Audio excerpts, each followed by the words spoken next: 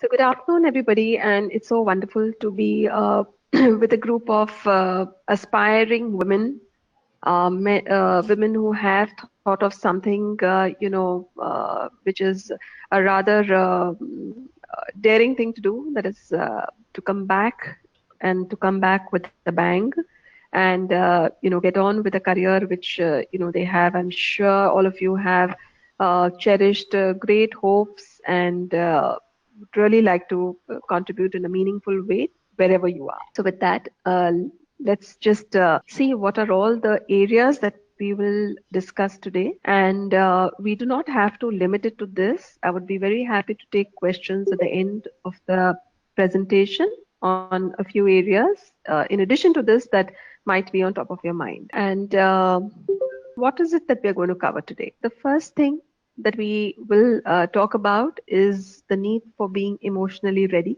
We're going to discuss how to get your CV right.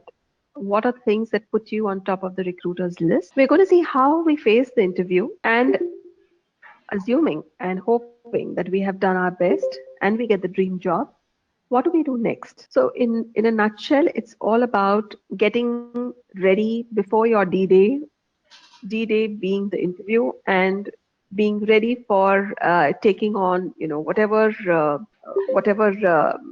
role and job you do manage to get. So starting off with emotional readiness. So the first thing to consider is to know why you want to work and what are your expectations from your career. I'm assuming that all of you are women with professional qualifications, and you have some amount of experience, you have taken a break for whatever reasons, and you now want to get back, and your expectations are definitely there. Now, what typically I have seen happen, and this I'm speaking from experience, my own, my colleagues, my the teams I manage, and what typically happens is that our expectations kind of get revised milestone to milestone in our life. Okay. So by what I mean by that is, many of us, when we first, decide on a career and which stream we want to take up, what we want to do, we have a certain set of expectations. As the first step, women, I think you're all familiar with the life stages. The first stage, of course, would be marriage, and our expectations sometimes tweak, get tweaked based on our commitments back home, and taking into account all the new roles, responsibilities that come our way, some which we take on, some which we may not want to take on, but nevertheless come our way because of expectations from family, in-laws, our own families, etc. And of course, as we go on, be it the first stage of having your first child, again, you kind of revisit your expectations, and this goes on. And believe you me, it doesn't stop with your first break. It continues at every stage of your career, because um, somebody needs to mute. I can still hear some sounds. So the point I'm making here is that this is a very good time and place to take a pause, to think for a moment that what is it that you really, really want from your career? Are you just looking for a place to go and pass some time just so that you feel a little more productive? Is it that you're wanting to use this as an opportunity to make a complete shift from what you were doing prior to the break? Or is it that you want to continue along the same lines, only you want, maybe to take on a slightly lighter role for some time until you are ready to, make a more deeper and stronger commitment to an organization. So it could be anything. And what is again important is that there's nothing that's right and wrong. Each one of us speaking, and that is what for, or ready yourself for in the first place. Reason why it is extremely important, and spend some time on this to decide why you want to come back to work, and now what are your expectations. To be emotionally ready, the second very important aspect is confidence. That is knowing this, that you have the skills and you have the attitude that it takes to resume work. It's a confidence of knowing and being able to clearly say why you took your break and how you are now ready to come back. What happens is that if we do not have this confidence in ourselves, It's going to show very quickly to your interviewer and to your potential employer. And put yourself in their shoes. Would you hire somebody who's not even sure about his or her own uh, self, his or not sure about his or her own attitude, skills, and is not quite sure where one is going in life? Yeah, I'm sure you would agree that uh, you would like to hire somebody who has a clear sense of direction, is able to justify for whatever breaks are there, and have the confidence to step out into a future which, though today seems uncertain, still is something that can be navigated given whatever skills that you possess. The third thing to be, which helps you to be ready to get back into the working world, is to know what are you ready to trade off. You know you're going to, especially for, I'd just like a very quick response from the group here because I feel this is becoming increasingly a monologue. But I'd really like to know how many in this group have taken a break due to having a first child. You could unmute yourselves for a moment and say if that's the reason why you have taken a break, just so that I know what exactly you are dealing with and address those issues. We have Hi, my name is Nisha, Yeah. and I had taken a break. Like I'm on a break since 5 years. I took a break when my Okay. first baby was born, and when I thought of joining back again, then I had planned for a second baby. So it Hmm. went on. Hmm. Now I'm thinking to restart my career All as right. So that's fine. We get it. It's yeah. So it's childcare, which is your reason. hello. Hello, ma'am. I said, yeah, I got it. Childcare is the key reason why you took a break, Nimisha. Thank you. yeah. Yes. Hello, ma'am. This is myself, Ipsita. Yeah. Hello, can you hear me? Very well. Myself, Ipsita. Yeah, ma'am. I have taken break for 8 years due to my husband's relocation to some other place and also for childcare. I have two children. That was the All right. reason All I. right. Okay, I get the point. I think we do have a lot of us here who would have taken a break with, childcare and Hi, marriage hi, and Komal. things like this. Hello, Komal. Hello, Shilpa here. Kanchana here. Hello. Hello. Yeah, Shilpa and Kanchana, I can hear both of you. And I guess you are also Try trying giving to say you've chance to taken a break for Shilpa. similar reasons. Yes, Yeah, it was me. All right, fine. So we'll close this here. You could please mute back. I get the point. A lot of you have, as I expected, taken a break for these reasons.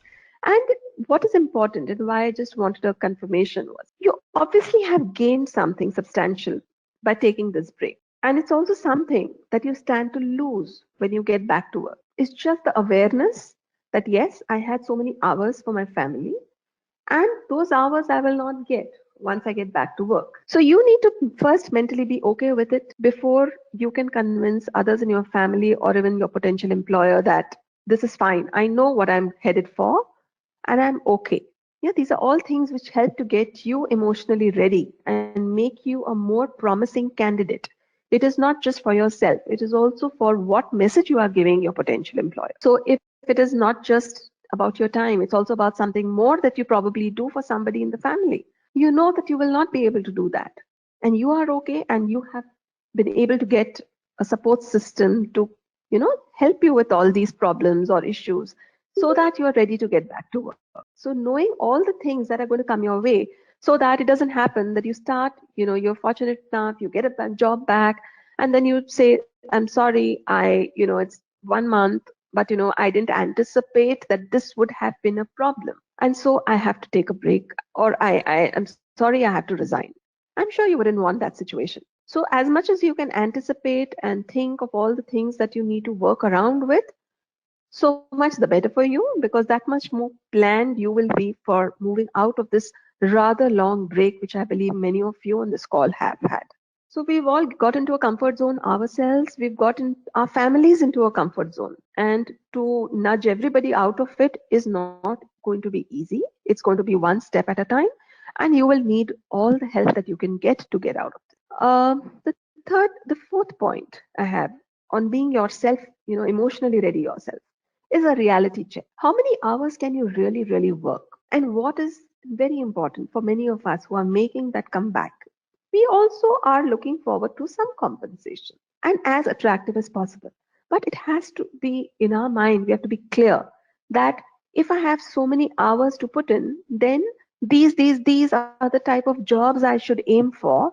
And then this is the kind of compensation that I'm likely to get. So you need to be very clear. It should not be that, no, I will work for, I'll take up a full 9 to 5 job, I'll work for my 9 hours and I will earn so much. Wonderful thought.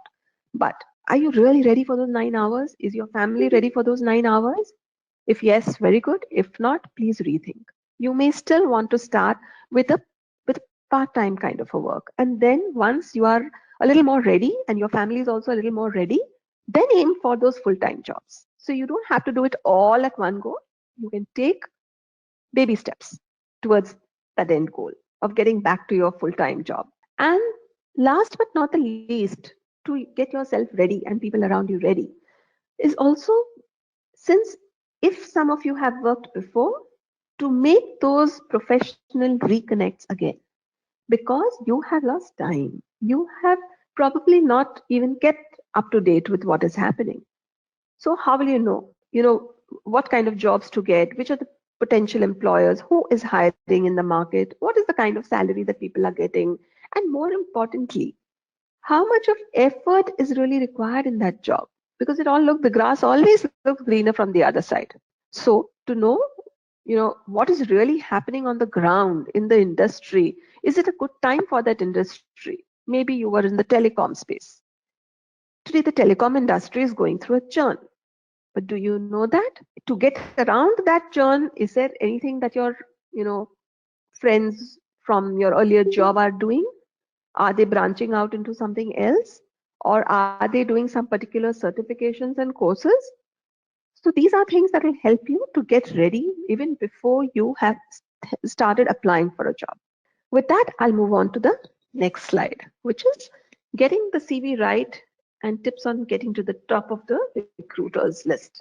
Now, I'm assuming that after all this homework that you have done, you have zeroed in on the kind of job you want, actually. And you are now applying to the right recruiters for the right job. There are different types of recruiters in the market, and all of them cater to some particular maybe industry or technology or city. Okay. So you are all with Jobs for Her, which I believe is a wonderful portal.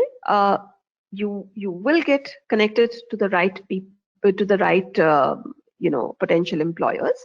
So to that extent, you're on the right track. But further to that, what is the kind of job you have applied for? And your CV needs to be related to that job.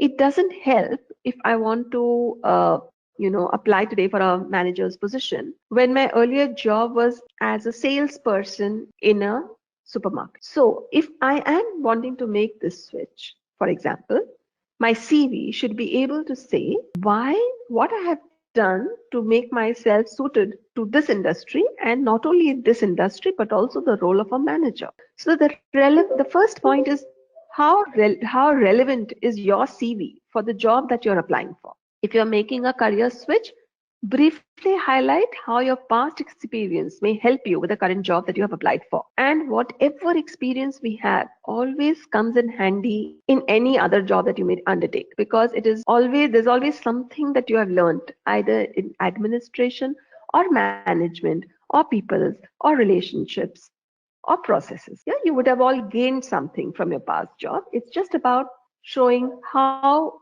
all of what you did before is connected to or can be related to what you are applying for. The second very, very important thing, stick to the facts. Please do not put in even one line in your CV which is a lie, which is not a fact. Present whatever qualifications you have, whatever experience you have correctly. More and more companies are now going for background checks. A background check right from what course you did, which university or college did you do it from, what marks did you get, was it a first class or a second class, or did you fail, did you do some KT exam, or after that you did your some MBA course or a part-time MBA course, from where did you do that, if you worked, where you worked. What was your compensation at that time? What was your role at that time? So more and more professional companies are doing these kind of background checks. It is also found often that people who end up giving some wrong information on their biodata have to very sadly leave the organization because that whatever they had put over there was wrong. So you don't want to be in that situation, I'm sure. So it is very, very important you stick to the facts. If you took a 9-year break, please show it as a 9-year break. Yeah, there's nothing to hide. The more you put on the table, the more confidence even your person who is interviewing you knows that here is a person who is at least honest, who's at least clean and clear about what. The third is owning the career gap. Now, what does owning the career gap mean? It means being able to say with confidence why you took that break.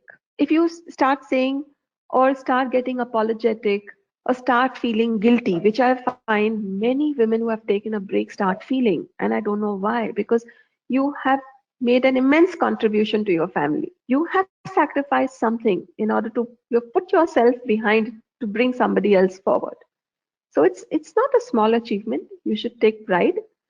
You should be able to say why you took the break and how you believe that was the right thing to do at that point in time. Just as today, you believe it is right for you to come back. You will sound professional, you will be able to make your point clearly, and you will be able to tell the recruiter that, listen, I am a very sorted person. I know what I am doing, why I am doing it, and I also know that now it's the right time for me to come back. And I take the decision. Nobody else takes that decision for me. So that shows and that will bring out the professionalism in you. And it's having a career gap is not uh, is not taboo nowadays. In fact, all progressive companies even have a clause where they let people go on a break and come back. Some people choose not to come back. That's a different thing. But more and more companies are now comfortable with this idea that women may need a career break and will come back. The fourth, highlight any competitive edge that you have. So if you have won an award at some point in time, or you had some very big achievement in a job, even though you might have been a junior person, or you used to do some training, or you have done some training in these 9 years or 8 years, or if just to prepare yourself to come back, you did some kind of course. It could be an online course. There's so much of information available on the net today. It's not necessary that you have paid a big amount of money to get that certification. Okay, but the fact that you are reading, or that you know what is the latest, or you are aware of what you don't know. I don't know this, but I will learn it. If you are able to highlight what gives you an advantage over somebody else, it is of course going to help you. And nothing is better than showing somebody that even though you were on a break, you always had it in mind to come back to work. It shows your perseverance, it shows your dedication and commitment to a career. Some of us may have very good references, past supervisors or some senior people in your previous organization may be ready to recommend you. They may be ready to put in a good word for you.